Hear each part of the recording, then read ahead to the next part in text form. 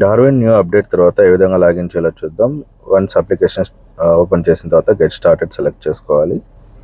Once get started select చేసుకున్న తర్వాత ఇక్కడ organisation name and employees ID select చేసుకోండి. వన్స్ డన్ ఇక్కడ వచ్చేసి చూసామంటే darwinbox.in అనేది మనం సెలెక్ట్ చేసుకోవాలి. వన్స్ darwinbox.in అనేది సెలెక్ట్ చేసుకున్న తర్వాత autalent-hub.darwinbox.in అనేది మనం ఇక్కడ టైప్ చేసుకోవాలి. అంటే AU టాలెంట్ హబ్ అనేది మాత్రం టైప్ చేసుకుని కంటిన్యూ చేయండి.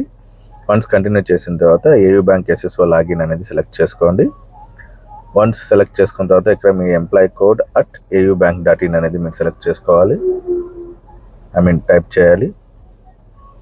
వన్స్ ఎంప్లాయీ కోడ్ @aubank.in అనేది టైప్ చేసిన తర్వాత పాస్వర్డ్ అనేది మీరు టైప్ చేయాల్సి వస్తుంది.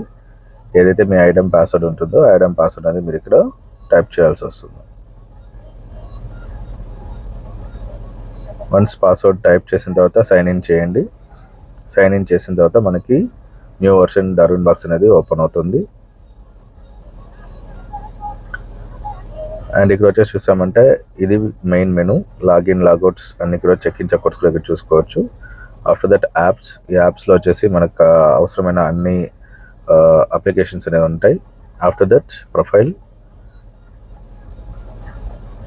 అండ్ ఇది వచ్చేసి మనకి మెయిన్ మెనూ.